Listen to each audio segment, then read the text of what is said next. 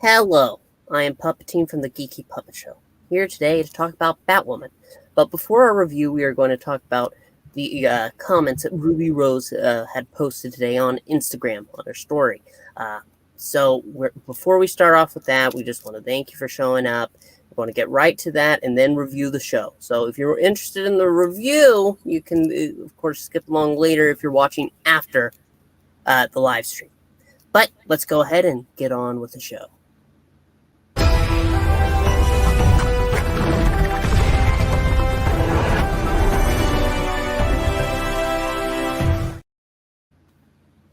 I am Puppeteen from the Geeky Puppet Show. Welcome again to talk about Batwoman. Before we get to this episode, let's go ahead and introduce the Frog. Hello. Hi, how's it going? And we're going to bring up some of the posts that were made by Ruby Rose today because we want to talk about that first things first. You know? Mm-hmm. Let me just press right here. And look at that, fancy.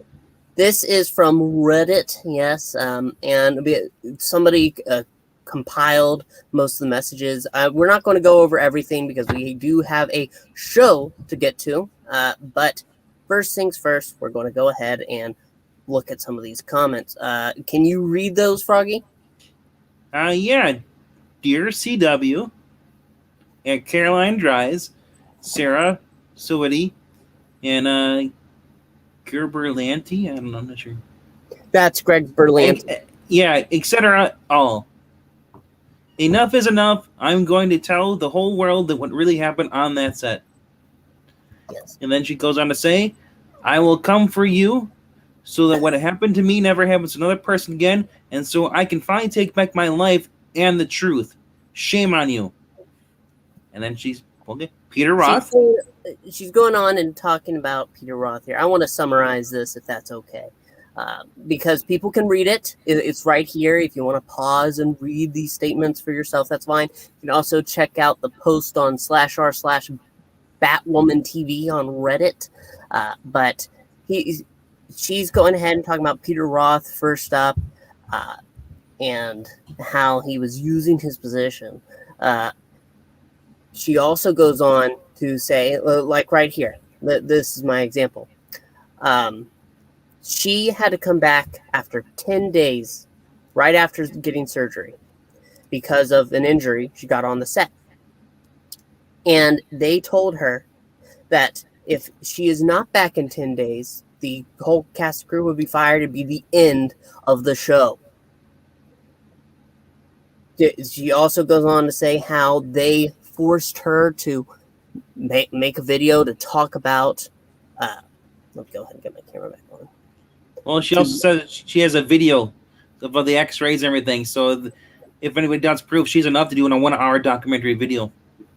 Yeah, she does. I actually saw some of the footage to show what kind of surgery she was getting, all this. She also makes it clear here. I was going to say, you should probably drop a link to her Instagram. I would, but it was on her story, so it's probably not there anymore. Dang it. Right here, she says that she will not return to the show because of how she was treated, and it doesn't matter. And the fact that she did not quit.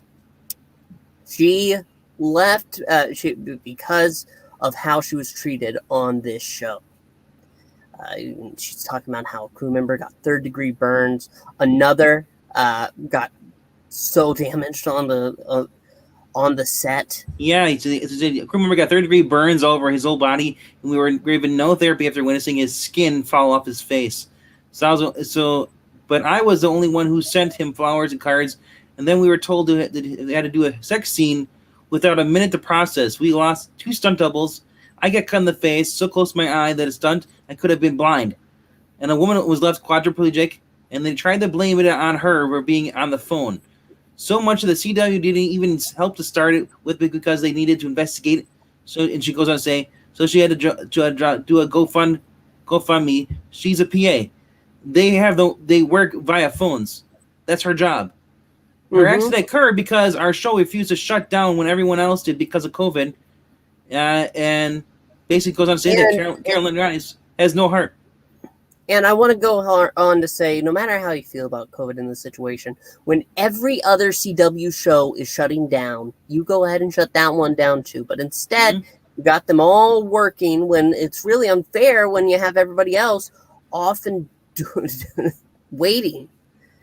She also talks about how, I want to see if it was right here. Yes, an actor that I do really like, who played her father, was unprofessional. Kept talking, kept treating women on set horribly, and I have no confirmation of this. This is what she's saying. But she says, yeah, you read it right there. She says this woman shows up 4 or 5 visits, for a year, and then finally decided that she tell me that she knew about the injury happened, but then lied and basically said like, oh, it happened during yoga, and which is kind of funny because if she really did say that, because Ruby Rose does not do yoga. We've never seen Instagram. Be on her Instagram if she was big into yoga. She pretty much shows her life, what she does, what her passions are. So it's not on there. So unless she's doing secret hidden yoga, but yeah. And it got so bad that she was told by her agent to get off the show. That she has to break her neck. That's what she has to do. And then she was slammed in the press, and I don't remember seeing her slammed in the press. She also goes on to talk about Cameras, who plays Batwing, and I do vaguely remember that it was all in the press. That she did hurt herself, and I remember seeing on her Instagram that she was in the hospital and she was wearing a neck brace and all that stuff. So there is a record, at least, of that, as far as her having surgery. And I think she did show the X-rays and stuff, and the stitches on her back. Yeah, absolutely. And this is an accusation that she's making that Cameras is the one who was doing the leaking at the time about her situation, and said, I don't know if this is true, but apparently he said something, according to her, along the lines that if people didn't show up late, we would make our days. And if that is true, he is incredibly unprofessional. Just absolutely. Not as bad as the actor who played her dad from these accusations, but it's just a horrible thing to say, especially blaming somebody who, after their surgery, 10 days after getting operated on, they have to return to work. And plus you can't legally drive when you're in like that. And it says right down there, they told her to get a taxi rather than actually work with her because she got injured on their set. And there's a whole lot more here, but I feel like we've hit the main points here, and I'm going to leave it at this. What happened to her was horrible, absolutely horrible. And as Marania has said, this live stream has more tea spilled than the Boston Tea Party. Yes, and I am truly appalled at learning all this. Well, if it's true, according to the CW, it never happened. Yeah, Boston does not exist.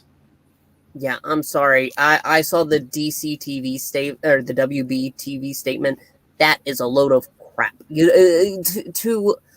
I don't know Ruby Rose all that well, so that's the truth.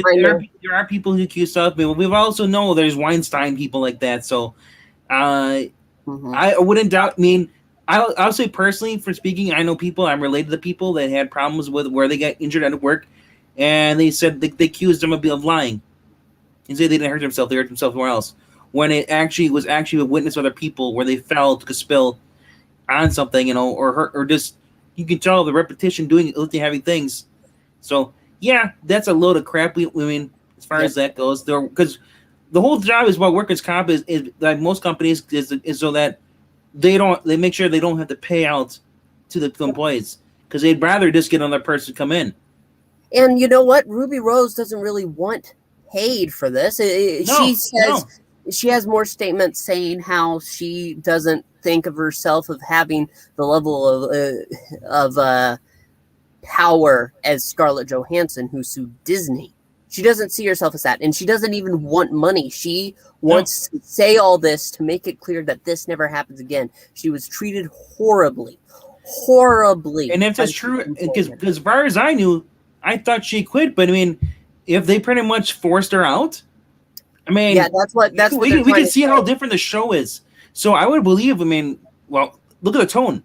How they went straight into the Black Lives Matter for most of this second season. It wasn't really even a plot. I mean, they even had to bring in a reason why KK was gone, because they screwed up by you get rid of the main person, the Batwoman, bring in a new character, and then just shit over the other previous thing. You totally ruined the legacy of Kate Kane. Yeah. And you know what? She says that they ruined Kate Kane, and they're absolutely right. Even though Wallace Day came back and brought the character to life again, the way that she was written off like that in her own show, the character in her own show, that's just crap.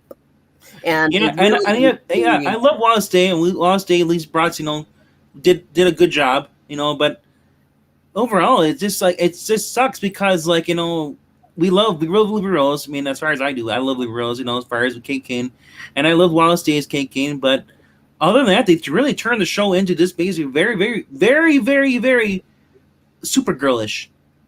Before that, the first season I admit wasn't that great, but it was miles compared to what they're doing in the story. I understand. I loved the first season of Batwoman, and I will defend it until I die. Because it doesn't really make sense to have her go against Alice. Why does she have a grudge against Alice? And then we find out that Alice didn't even do what she said she did. And she still hasn't apologized for that. No, she doesn't care. It's just horrible, right?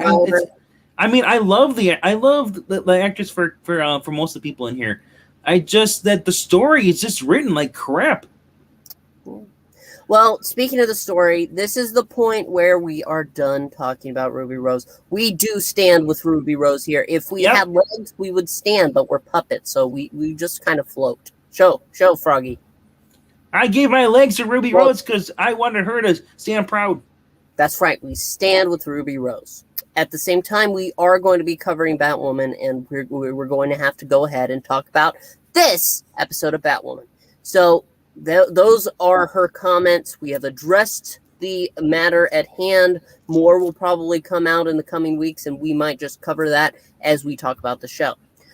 And now we talk about the episode. So Batwoman Season 3, Episode 2 revolves around Killer Croc. Yes, we're just going to go ahead and put that up real quick. Yep. We were watching, and we thought that OG Killer Croc came back. Apparently not. He is dead. However, Bruce apparently had a tooth. Yes, he had a tooth from Killer Croc. Mm-hmm. And he ended up, whenever it came out of the river, it infected somebody. So there is a new Croc going around. Yeah, we're getting legacy characters in here, or legacy villains, I should say. People, we have the Mad Hatter, now we have this. The only person I'm waiting for is if they are going to have Ivy come back. And if it's going to be an Ivy 2.0 or the original Ivy just growing out of that vine we saw in the case. Maybe we'll get a Tom King version. Yeah. Oh, no. But, yes, I think we're going to get the original Poison Ivy, but we're going to have to wait and see. Of course, she is actually a redhead, so it might be a legacy, and the original Poison Ivy is, in fact, a black woman. But, yeah, well, that's a CW kind of move that we're not going to address.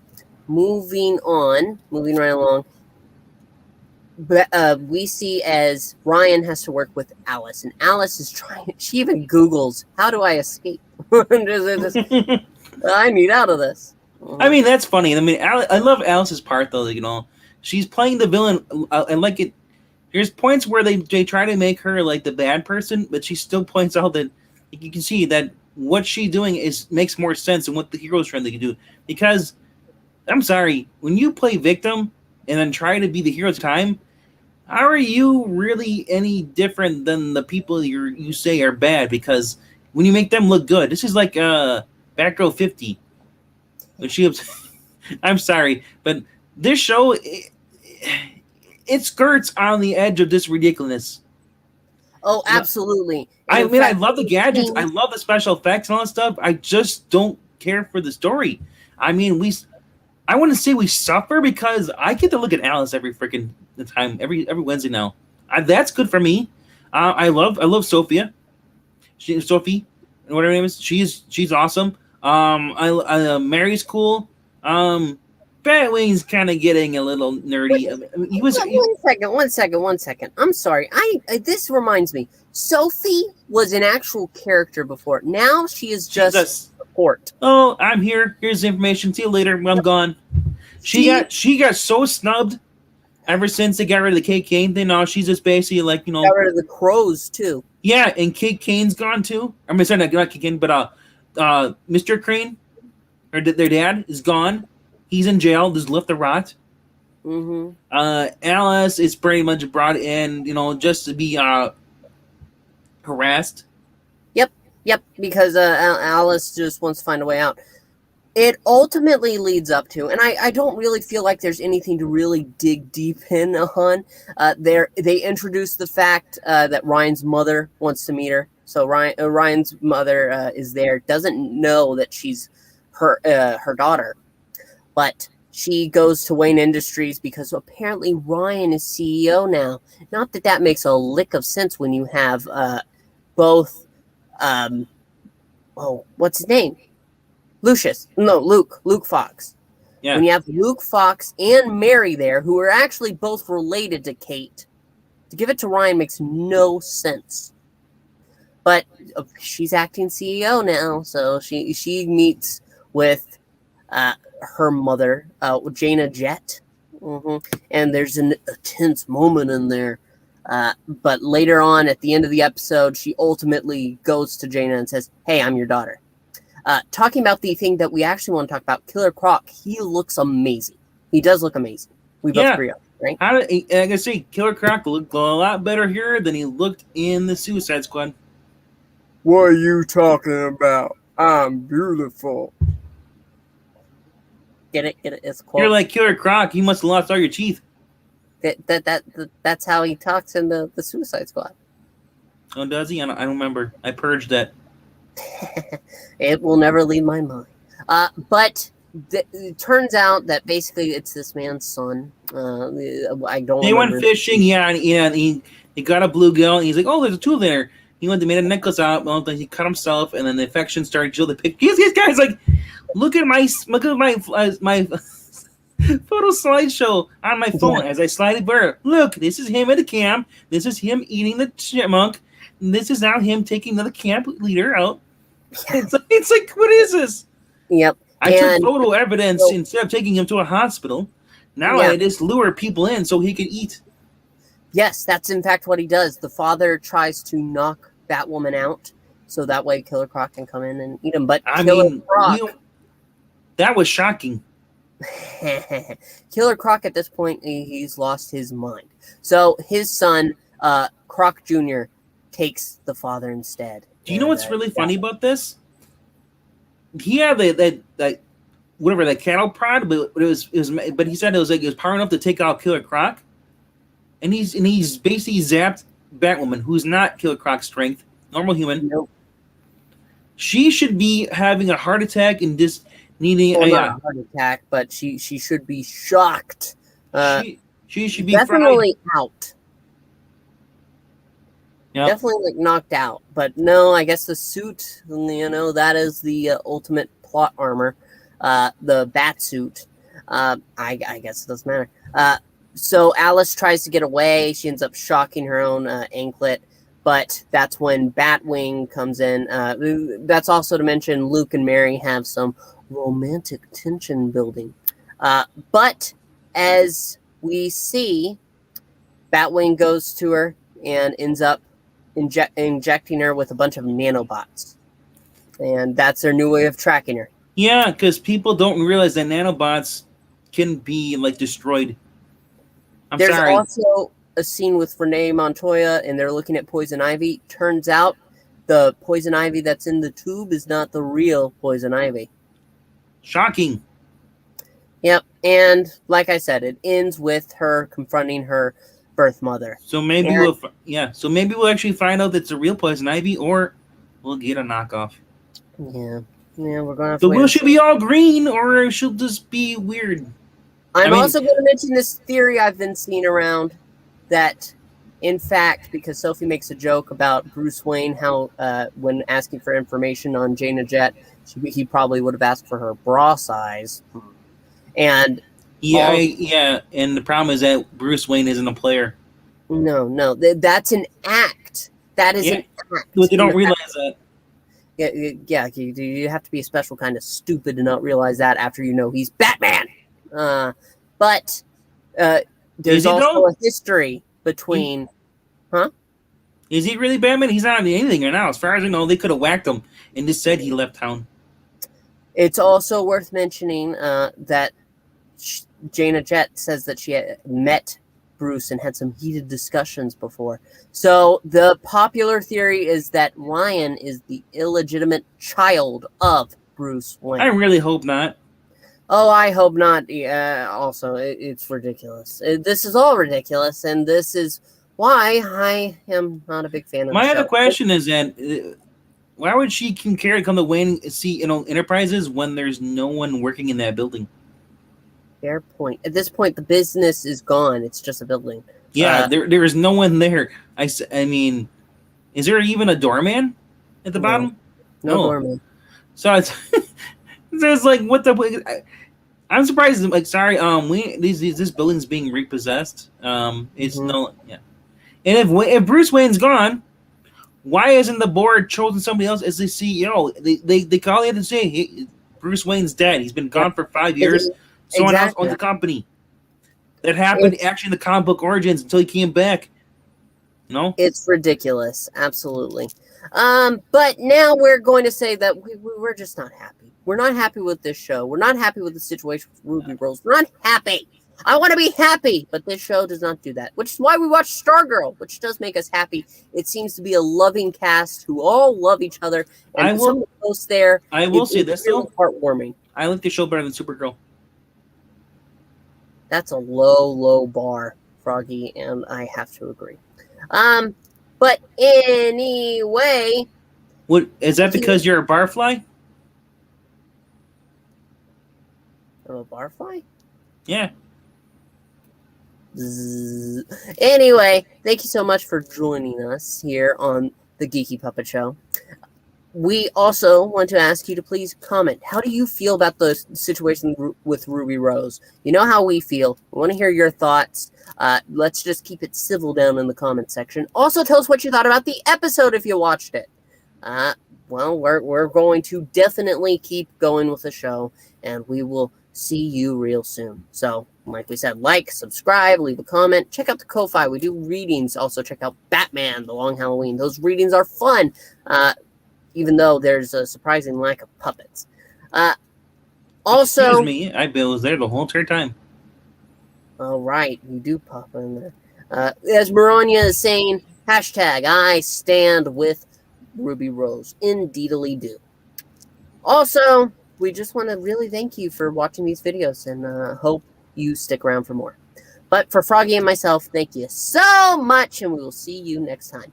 Bye! Remember to eat at Joe's.